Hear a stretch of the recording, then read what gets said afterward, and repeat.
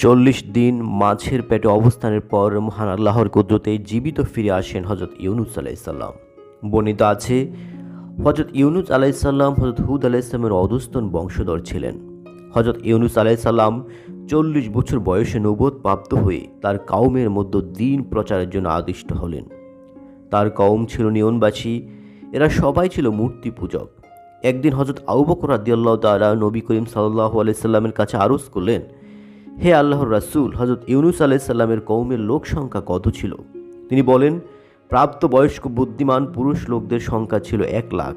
তাছাড়া স্ত্রীলোক ও বালক বালিকার সংখ্যা ছিল প্রায় 3 লাখ। লোকদের প্রায় সকলেই ছিল আল্লাহর নাফরমান কাফের। ইউনুস আলাইসাল্লামের কওম কি ধ্বংসের ঘোষণা আল্লাহ তাআলা পূর্বেই ইউনুস আলাইসাল্লামকে জানিয়ে দিয়েছিলেন। ইউনুস, তোমার কওমের লোকেরা হিদায়াত কবুল না করলে আমি তাদেরকে সেভাবে ধ্বংস করে দেব, যেভাবে আমি ইতিপূর্বে আদ ও সামুদ জাতিকে ধ্বংস করেছিলাম। হজরত ইউনুস আলাইসাল্লাম তার জাতিকে বললেন, হে আমার জাতি, আল্লাহ ছাড়া আর কোনো ইলাহ নেই, আমি তার প্রেরিত নবী। তোমরা দেবদেবীর উপাসনা পরিত্যাগ করে একক সর্বশক্তিমান আল্লাহ তাআলার উপাসনা করো এবং আমার প্রতি তার সত্য নবী বলে ঈমান আনয়ন করো, আর আমার উপদেশ অনুযায়ী কাজকর্ম করো। কিন্তু তার সম্প্রদায়ের লোকরা জবাব দিল, হে ইউনুস, আমরা কিছুতেই তোমার কথায় আমাদের পূর্বপুরুষদের ধর্ম দেবদেবীর উপাসনা পরিত্যাগ করব না। হজরত ইউনুস আলাইসাল্লাম বলেন, তোমরা যা বলছো তা তোমাদের জন্য ভীষণ বিপদের কারণ হবে এবং তোমাদেরই কল্যাণ হবে আমার কথায় ঈমান আনলে। যদি তোমরা সুকল্যাণ চাও তাহলে ভুল পথ পরিত্যাগ করে লা শরীক আল্লাহর ইবাদতে লিপ্ত হও, অন্যথা অবশ্যই তোমাদের উপর আল্লাহর আযাব নাজির হবে আর পরকালে তোমরা অনন্তকাল জাহান্নামের আগুনে জ্বলতে থাকবে। জাতির লোকের হজরত ইউনুস আলাইসাল্লামকে বলল, হে ইউনুস, তুমি যে কেবল আযাবের কথা বলছো, সে আযাবটা কিরূপ বস্তু বলো তো শুনি। হজরত ইউনুস বললেন, আযাব হলো অতর্কিতভাবে আল্লাহ পাক তোমাদের উপর ভীষণ কোনো বিপদ আপদ নাজিল করবেন, যেমন প্রবল ভূমিকম্প, ঝড়, তুফান, বন্যা, মহাপ্লাবন কিংবা আসমান হতে অগ্নিবৃষ্টি প্রভৃতির কোনো একটি বহু রকমের বিপদ হতে পারে। হজরত ইউনুস আলাইসাল্লামের কথা শুনে এক ব্যক্তি বিদ্রূপ করে বলল, এগুলোর মধ্যে কোনটি আসবে তা ঠিক করে বলো। হজরত ইউনুস আলাইসাল্লাম বলেন, এগুলোর মধ্যে কোনটি যে আসবে তা কেবলমাত্র আল্লাহই জানেন, তবে এর যে কোনো একটি বিপদ যে আসবে তাতে কোনো সন্দেহ নেই, কেন আল্লাহ আমাকে তা জানিয়েছেন। এবার হজরত ইউনুস আলাইসাল্লামের কথায় সকলেই সশব্দে হেসে উঠল। তারা পুনরায় জিজ্ঞেস করল, তবে এই কথাটি বলো যে এরূপ আযাব কোন দিন আসবে। হজরত ইউনুস আলাইসাল্লাম বলেন, কোন দিন আসবে তাও একমাত্র আল্লাহ পাকই জানেন, আমি সঠিকভাবে বলতে পারবো না। তোমরা যদি সৎপথ অবলম্বন না করো তবে বিপদ আসবেই এবং তোমরা তাদের সম্পূর্ণ ধ্বংস হয়ে যাবে। অবাধ্য কাফেররা তার কথায় পুনরায় হেসে উঠল। আবার কেউ কেউ হজরত ইউনুস আলাইসাল্লামকে পাগল ও মূর্খ বলে তার গায়ে থুতু নিক্ষেপ করল, কেউ বা তার দেহে ইট পাথরও নিক্ষেপ করল। এবার হজরত ইউনুস আলাইসাল্লাম দুঃখ ভারাক্রান্ত মন নিয়ে তাদের কাছ থেকে চলে গেলেন। হজরত ইউনুস আলাইসাল্লাম এতে খুবই ব্যথিত হলেন, কেননা যাদেরকে তিনি সৎ উপদেশ দিলেন তারা তা কবুল তো করলই না, বরং তারা তাকে ঠাট্টা বিদ্রূপ করছিল। এভাবে ক্রমাগত 40 বছর পর্যন্ত তার আপ্রাণ প্রচেষ্টা সম্পূর্ণরূপে ব্যর্থতায় পর্যবসিত হওয়ায় তিনি আল্লাহর দরবারে প্রার্থনা করেন, হে আমার রব, তুমি এই অবাধ্য লোকগুলোর উপর আযাব অবতীর্ণ করো। আল্লাহ পাক বলেন, হায় ইউনুস, যথাসময়ে আমি এদের প্রতি অবশ্যই আযাব অবতীর্ণ করব, কিন্তু আযাব অবতীর্ণ হওয়ার কোনো সুনির্দিষ্ট তারিখ তাকে জানানো হলো না। এদিকে কিন্তু কাফেররা হজরত ইউনুস আলাইসাল্লামের সাথে দেখা হলে জিজ্ঞেস করে, হে ইউনুস, তোমার আল্লাহর পক্ষ থেকে আমাদের উপর আযাব আসবে, কিন্তু আর কবে আসবে? আর আমরা তো তার জন্য অপেক্ষা করতে করতে একেবারে অধীর হয়ে পড়েছি। হজরত ইউনুস আলাইসাল্লাম আল্লাহর সম্মতির প্রতি খেয়াল না করেই স্বীয় কওমের প্রতি রুষ্ট হয়ে স্বদেশ ত্যাগ করেন। তিনি যেদিকে যাচ্ছিলেন সেদিকে পথে একটি নদী পড়ে। তার সাথে 2 পুত্র স্ত্রী ছিল। তিনি এক ছেলেকে পাড়ে রেখে অন্য ছেলেকে কাঁধে বয়ে এবং স্ত্রীকে হাতে ধরে নদী পার হতে যাচ্ছিলেন। নদীতে নামলে পানির তোড়ে স্ত্রী হাত থেকে ছুটে যান। স্ত্রীকে ধরতে গেলে কাঁধে থেকে ছেলে পিছলে পানিতে পড়ে যায়। তিনি ভীত হয়ে পাড়ে উঠে আসেন। উঠতে না উঠতেই পাড়ে রেখে যাওয়া ছেলেকে ভাগে নিয়ে যায়। ইউনুস আলাইসাল্লাম শহর ত্যাগের সময় আযাব আগমনের সময় 3 দিন বেঁধে দিয়েছিলেন। বলেছিলেন, 3য় দিনেই তোমাদের উপর আল্লাহর আযাব আসবে। 3য় দিন সত্যি আযাব এলো। আযাবের নিদর্শন প্রকাশ পেয়ে সব লোক ময়দানে একত্র হয়ে আল্লাহর দরবারে অনেক কান্নাকাটি করে তওবা করে, মূর্তি প্রতিমাগুলো সব ভেঙে ফেলে। আল্লাহ তাআলা দয়াপরবশ হয়ে তাদের তওবা কবুল করেন। আযাব প্রতিরুদ্ধ হয়ে স্ত্রী পুত্র হারিয়ে শোকাকুল চিত্তে একাই নদী পার হয়ে সম্মুখে অগ্রসর হতে লাগলেন। বহুদূর পথ অতিক্রম করে তিনি টাইগ্রিস নদীর তীরে উপস্থিত হয়ে দেখেন একখানি জাহাজ নোঙর করা অবস্থায় দাঁড়িয়ে আছে। জাহাজে বহু যাত্রী পূর্ব থেকে অবস্থান করছিল। তিনিও এতে আহরণ করেন। কিছুক্ষণ পরেই জাহাজখানা ছেড়ে দেয়।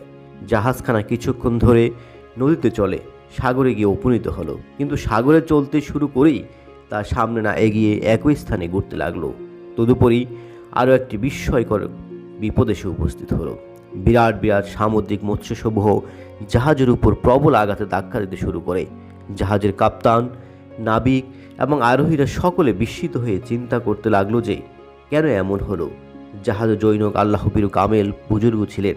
তিনি বলেন, নিশ্চয়ই জাহাজে এমন কোনো গোলাম আছে যে তার মুরিবের বিনা অনুমতিতে পালিয়ে যাচ্ছে এবং সে এ জাহাজে আরোহণ করছে, আর তারই অপরাধের জন্য জাহাজের এই অবস্থা। তাকে যদি জাহাজ থেকে সমুদ্রে ফেলে না দেওয়া হয় তাহলে জাহাজ বিপদমুক্ত হবে না।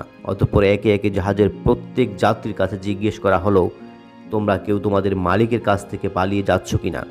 সকলেই অস্বীকার করলো। কিন্তু হযরত ইউনুস আলাইহিসসালামের কাছে জিজ্ঞেস করবার পূর্বেই তিনি চিন্তা করতে লাগলেন যে আমি তো মুনিবের কাছে না বলে আশা পলাতক গোলাম। আমি আমার সর্বশ্রেষ্ঠ মুনিব মহান আল্লাহ তাআলার বিনা অনুমতিতে বিদেশে পাড়ি দিয়েছি। অতএব আমার মতো বড় গুনাহগার আর কে হতে পারে?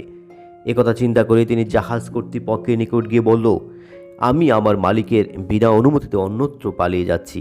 আমাকে আপনারা সাগরে নিক্ষেপ করুন, তবেই আপনারা সকলে বিপদমুক্ত হবেন। কিন্তু তিনি একথা বললেও তিনি যে কারো গোলাম হতে পারেন তারা তার চেহারা সুরত দেখে একথা বিশ্বাস করল না।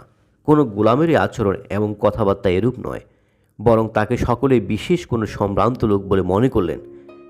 কিন্তু হযরত ইউনুস আলাইহিস সালাম যখন বারবার নিজেকে অবাধ্য গোলাম বলে প্রকাশ করতে লাগলেন, তখন জাহাজের লোকদের মধ্যে কে সে অপরাধী গোলাম তা বাহির করার জন্য লটারি করল। লটারিতে হযরত ইউনুস আলাইহিস সালামের নাম উঠল। একে একে 3 বার উঠল। তখন তাকে সমুদ্রে নিক্ষেপ করা ছাড়া আর কোনো উপায় থাকলো না। কাজেই শেষ পর্যন্ত তাকে সমুদ্রে নিক্ষেপ করা হলো। সাথে সাথে জাহাজের চতুষ্পার্শ্ব হতে সে বিরাট বিরাট মৎস্যসমূহ চলে গেল এবং জাহাজটির ঘূর্ণন বন্ধ হয়ে সোজা সামনের দিকে এগিয়ে চলল। ইউনুস আলাইহিস সালামকে পানিতে ফেলে দেওয়ার পর একটি মাছ এসে তাকে গিলে ফেলল। এরশাদ হচ্ছে, অতঃপর একটি মৎস্য তাকে গিলে ফেলে আর তিনি নিজেকে ভৎসনা করছিলেন। মাছ হযরত ইউনুস আলাইহিস সালামকে গিলে ফেলার পর তাকে বলল, হে আল্লাহর নবী, আপনাকে ভালোভাবে রাখার জন্য আমাকে নির্দেশ দেওয়া হয়েছে যেন আপনার কোনো কষ্ট না হয়। আমার পেট আপনার কয়েদখানা। যখন আল্লাহ ইচ্ছা করবেন তখন আপনাকে নাজাত দেবেন। আমার পেট সব ধরনের অপবিত্রতা থেকে মুক্ত। আপনি সম্পূর্ণ পবিত্র পরিচ্ছন্ন জায়গায় রয়েছেন। আমি সর্বদা আল্লাহ তাআলার জিকর এবং তসবিহ তিলাওয়াতে নিমগ্ন থাকি। আমার পেটই এখন আপনার কয়েদখানা হয়েছে। হযরত ইউনুস আলাইহিস সালাম 40 দিন মাছের পেটে অবস্থান করছিলেন। যে কয়দিন তিনি মাছের পেটে অবস্থান করছিলেন, মাছ সে কয়দিন নিজের মুখ খোলা রেখেছিল যেন তার কোনো প্রকার কষ্ট না হয়। অবশেষে 40 দিন পর আল্লাহর নির্দেশে মাছ হযরত ইউনুস আলাইহিস সালামকে নদীর কিনারে এনে উগড়ে দেয়। মাছের পেটে অবস্থানকালীন সময়ে তিনি আল্লাহর জিকিরে মশগুল ছিলেন। শরীর তার খুবই দুর্বল হয়ে পড়ে। যেহেতু মাছের পেটেও তিনি আল্লাহর জিকিরে মশগুল ছিলেন, তাই আল্লাহ তাআলা দয়া পরবশ হয়ে তাকে মুক্তি দেন, যেমন আল্লাহ তাআলা কোরআন মধ্যে ইরশাদ করেন।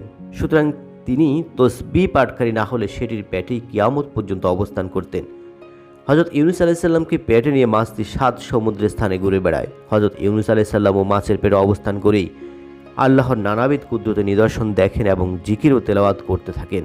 পবিত্র কোরআনে ইরশাদ হচ্ছে, অবশেষে তিনি আঁধারের মাঝে ডাকলেন, আল্লাহ ছাড়া কোনো ইলাহ নেই, আপনি পবিত্র, নিশ্চয়ই আমি অপরাধীদের অন্তর্ভুক্ত। অতঃপর আমি তার দোয়া কবুল করলাম এবং তাকে দুশ্চিন্তা হতে মুক্তি দিলাম, আর আমি এভাবেই মুমিনদেরকে নাজাত দিয়ে থাকি। আল্লাহর নির্দেশে 40 দিন পর মৎস্য হযরত ইউনুস আলাইহিস সালামকে নদীর পাড়ে এনে শুকনায় উগড়ে দেয়। মাছের পেট থেকে মুক্তি পেয়ে তিনি শুকরিয়া স্বরূপ 4 রাকাত নামাজ আদায় করেন। এ নামাজ আসরের নামাজ ছিল বলে কথিত আছে। মৎস্য যখন তাকে নদীর পাড়ে উগড়ে দিয়ে যায় তখন তার দেহের বিভিন্ন অঙ্গ প্রত্যঙ্গ খুবই নাজুক এবং দুর্বল হয়ে পড়েছিল, কিছুই খেতে পারছিলেন না।